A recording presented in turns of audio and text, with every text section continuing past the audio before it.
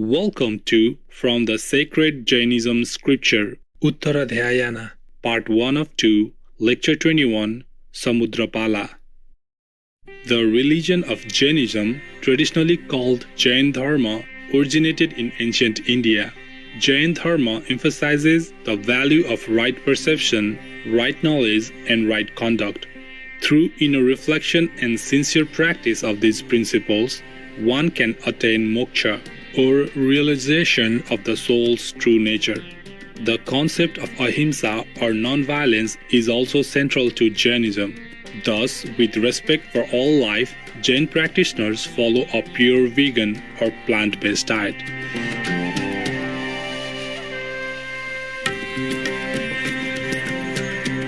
The Jain lineage includes 24 Tirthankaras or beings who share their enlightenment with others. The Tirthankaras' teachings comprise the Agam Sutras, which are the holy scriptures of Jainism. The 24th and last Tirthankara was Lord Mahavira, whose name means great hero.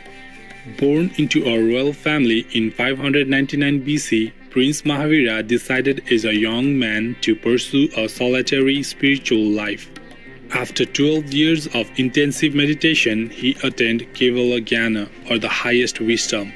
Lord Mahavira was known to face all obstacles with acceptance and forgiveness. He also shared discourses on spiritual truths, which formed the basis of present-day Jainism. Supreme Master Ching Hai has paid tribute on several occasions to the spiritual strength and devotion of Lord Mahavira during lectures given in Taiwan, also known as Formosa. I don't know if anyone in the history of mankind could have done or could be doing or will be doing such an asceticism, such a sacrifice like the Lord Mahavira. We really salute him and are grateful to all that he had to endure for enlightenment, for the sake of others, yes. All these sufferings are not for naught. They would benefit the world in some way or another, even without the Lord Mahavira knowing, or even without the world people knowing or being grateful for. We now invite you to listen to excerpts from the 21st lecture of Uttaradhyayana, one of the most important scriptures in Jainism. This lecture, called Samudrapala, describes how Samudrapala, on his way to the palace, became enlightened at once after seeing a man sentenced to death. 21st lecture, Samudrapala. In Kampa, there lived a Shravaka disciple, the merchant Palita, who was a disciple of the noble and venerable Mahavira. As a Shravaka, he was well versed in the doctrines of the Nirgranthas, Jain monks. Once he went by boat to the town of Pihunda on business. A merchant gave him his daughter while he was doing business in Pihunda. When she was big with child, he took her with him on his returning home. Now the wife of Palita was delivered of a child at sea. As the boy was born at sea, Samudra, he was named Samudrapala. Our merchant, the Shravaka, went leisurely to Kampa to his house. In his house, the boy grew up surrounded by comfort. He studied the 72 arts and acquired knowledge of the world. He was in the bloom of youth and had a fine figure and good looks. His father procured him a beautiful wife, Rupini, with whom he amused himself in his pleasant palace, like a Dogundaga, Triyastrimsa god. Once upon a time, he saw from the window of his palace a man sentenced to death, dressed for execution, on his way to the place of execution.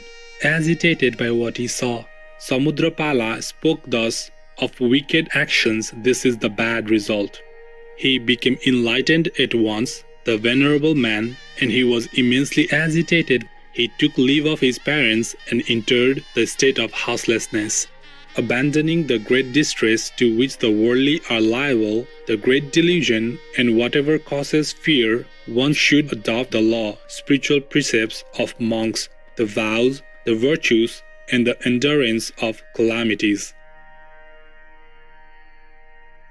One should keep the 5 great vows, namely not to kill, to speak the truth, not to steal, to be chaste, to have no property whatever. A wise man should follow the law, spiritual precepts taught by the Jainas, Arihants. A monk should have compassion on all beings, should be of a forbearing character, should be restrained and chaste, and abstaining from everything sinful. He should live with his senses under control. Now and then he should travel in one country, taking into consideration its resources and his own ability. Like a lion, he should not be frightened by any noise, and whatever words he hears, he should not make an improper reply. In utter indifference, he should walk about and bear everything, be it pleasant or unpleasant. He should not approve of everything everywhere, nor care for respectful treatment or blame.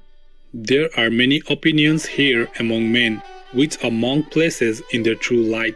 There will rise many dangerous and dreadful calamities caused by gods, men, or animals, which are difficult to be borne, and cause easily discouraged men to sink under them. But a monk who comes in contact with them will not be afraid, like a stately elephant at the head of the battle. Cold and heat, flies and gnats, unpleasant feelings, and many diseases attack the body. Without flinching, he should bear them and should not recall to his memory the pleasures he once enjoyed. Giving up love, hatred, and delusion, a monk who is always careful and who is steadfast even as Mount Meru cannot be shaken by the storm, should bear calamities guarding himself. A great sage should be neither too elevated by pride nor too humble. He should not care for respectful treatment nor blame. An ascetic who has ceased to act will by means of his simplicity enter the path of nirvana. He is neither grieved nor pleased by anything. He abandons his relations with men. He ceases to act, is intent on the benefit of his soul. He strives for the highest good, namely mukti, freedom from samsara, and uses the means to reach it, free from sorrow, egoism, and any kind of property.